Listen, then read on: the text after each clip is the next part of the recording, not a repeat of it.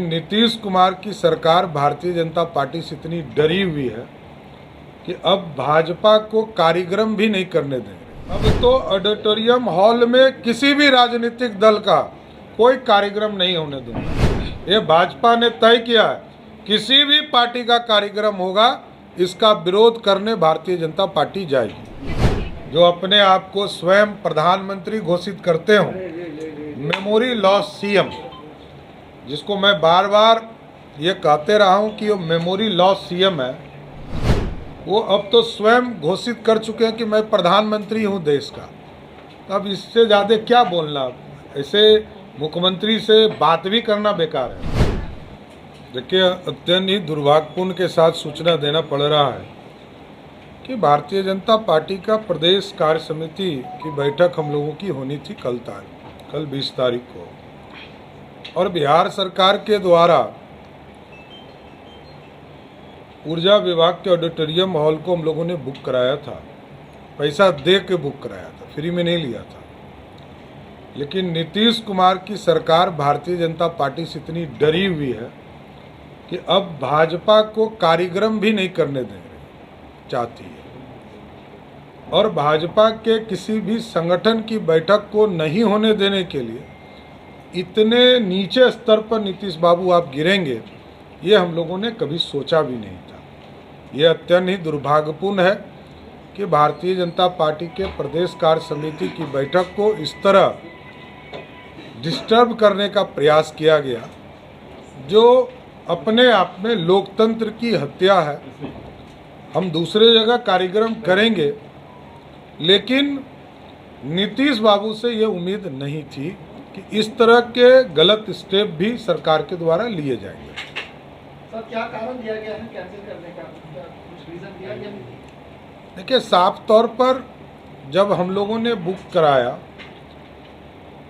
वहाँ हमारा समय फिक्स हो गया।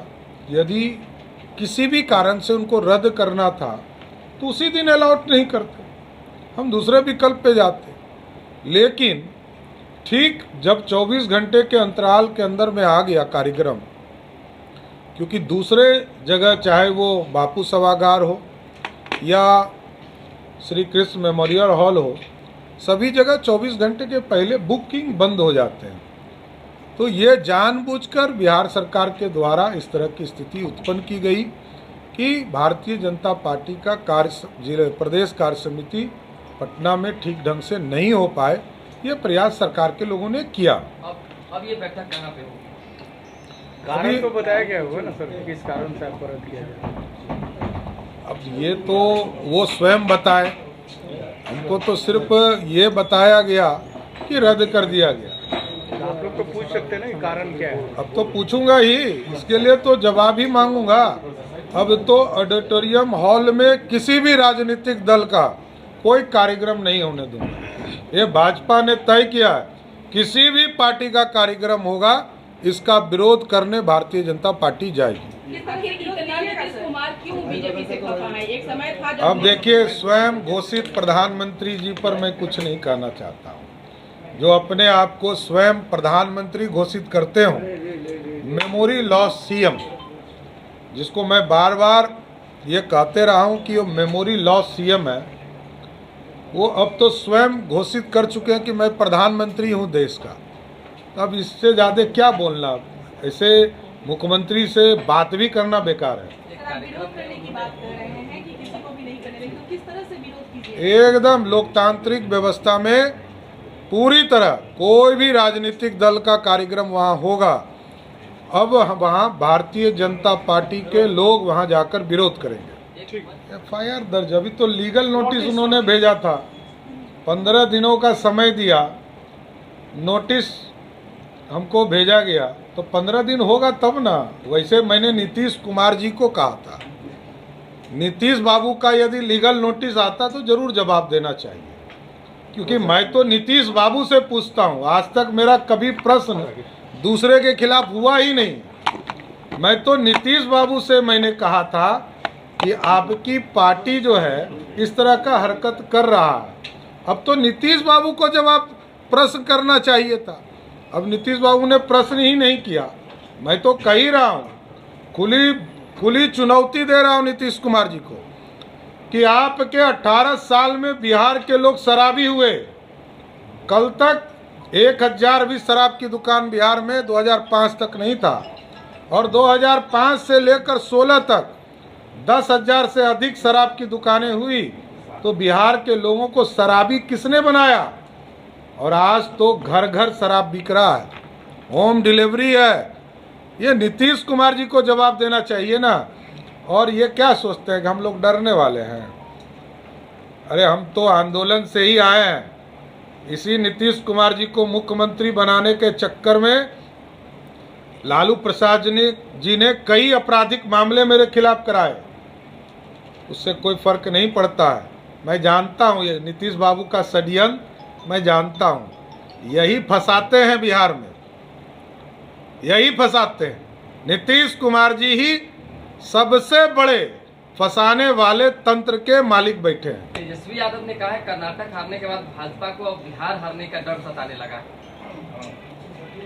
देखिए, अब राजनीतिक तौर पर कोई यदि राजनीतिक तौर पर कोई काम कर रहा हो तो बात कीजिए। पिछले 8-10 महीने से तो मैं नहीं जानता हूँ कि तेजस्वी यादव बिहार की राजनीति में भी हैं। नीतीश कुमार ने एक मंच से अपने सचिव को प्रधानमंत्री का सचिव कह दिया। अरे यही तो मैंने कहा कि स्वयं घोषित किए कि मैं प्रधानमंत्री हूँ।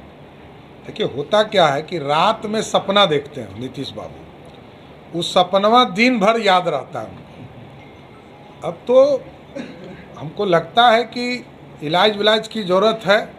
कभी बिहार शरीफ बनाने लगते हैं, कभी कुछ और बात ऐसी बात बोल जाते हैं जिसको हम ही लोग शर्मसार हो जाते हैं। विधानसभा की कई घटना आप लोगों को याद होगी।